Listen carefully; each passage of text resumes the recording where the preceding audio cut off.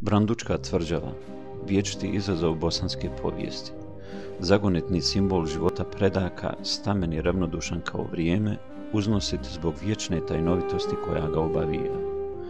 Pregršt pitanja, a šačica odgovora.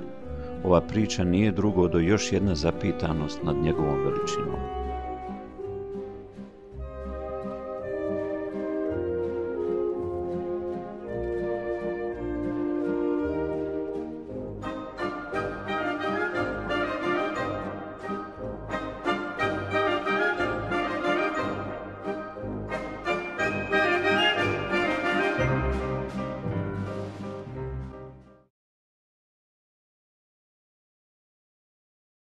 Na samom ulazu očigledan simbol stvarne uloge koju je tvrđava odigrala kroz period turske vlasti, bosanskog srednjovjekovlja i ko zna koliko dalje u prošlost. Jer malo se zna o tvrđavi i njenom nastanku, legendi ne manjka kao ni ljubavi ovdašnjeg svijeta prema utvrdi i njenoj povijesti ili makar onome što zamišljamo kao priču kakva bi joj najbolje pristajala. U literaturi se Vranduk vazda pominje kao zindan gdje su zatvarani oni najteži politički zatvorenici, bundžije protiv turskog carstva, ljudi manje više istesani po vlastitoj slici svijeta i pravde u njemu. Izgrađena da brani poredak i dan danas se kroz puškarnice u njenim zidinama vidi da bi mogla uspješno poslužiti za kontrolu i odbranu nekih strateških objekata.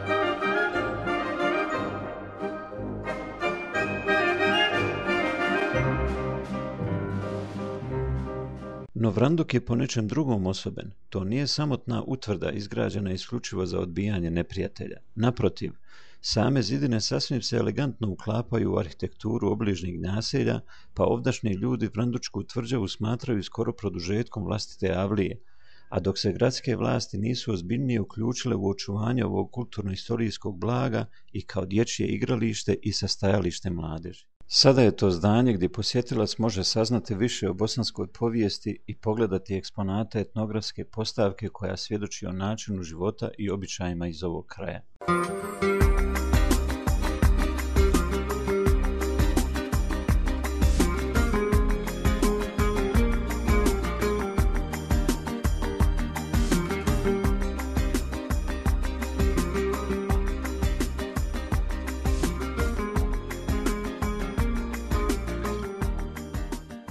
Uz okrepljujuću bosansku kahu, rahatlokum, sok od zove ili ružice, Adela i Hasan, domaćini Vrandučke kule, preporučit će vam da za trenutak zaboravite svakodnevnicu i obiđete svega pola sata hoda udaljene Hanove, gdje huči hladna voda planinskog potočića koja i dan danas zna okrenuti vodenički žrvan. Ove su vodenice spasile svijet od ratne gladi, pa im je i značaj za ovdašnji živalj jednako važan kao i njihova nepatvorena i skoro divljačna ljepota. Možda bi ovo mjesto trebalo malo bolje održavati, ali je teško ne upitati se da li bi time nestalo i dijela ove amazonske ljepote i čara.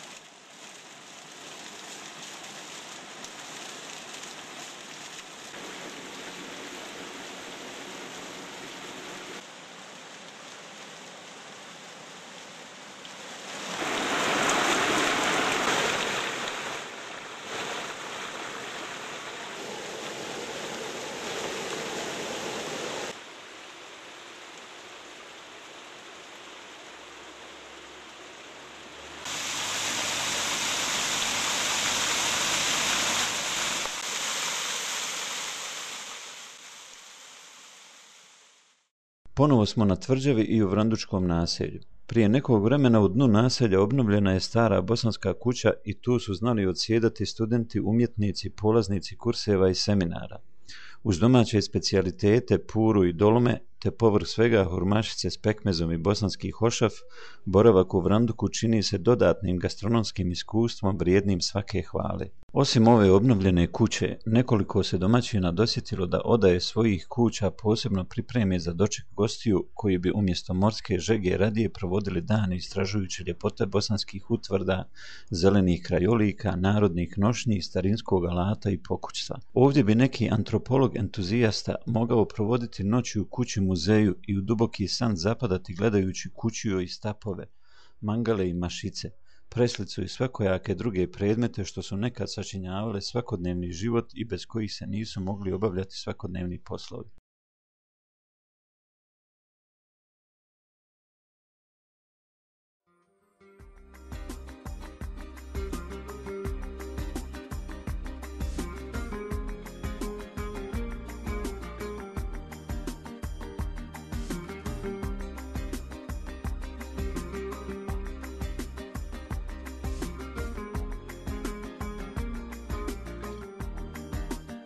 Na kraju, na povratku u Zenicu, možda nije zgoreg posjetiti i turbe turskog askera koji nikad nije propustio ikindijskog suneta i kojemu spomen turbe podiže jedan Dervenčanin, još jedna od zagonetnih, mudrih, ali i nadasve toplih vrandučkih priča.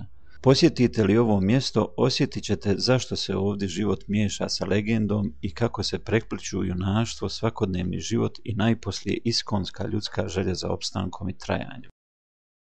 Ovdje je kraj priče o Zeničkoj i Vrandučkoj tvrđavi. Ispričali smo je u nadi da će vas nagnati na pomisao da dođete i odmorite se u hladu vrandučkih sjenika gdje se legenda stapa s historijom, a svaki kamen vrandučkih zidina podsjeća da ovaj bogom darovani komadić vječnosti zvani život valja provesti u ljubavi i skrušeno, jer samo ponizni mogu čitati znakove na putu vječnog i iskonskog stvaranja.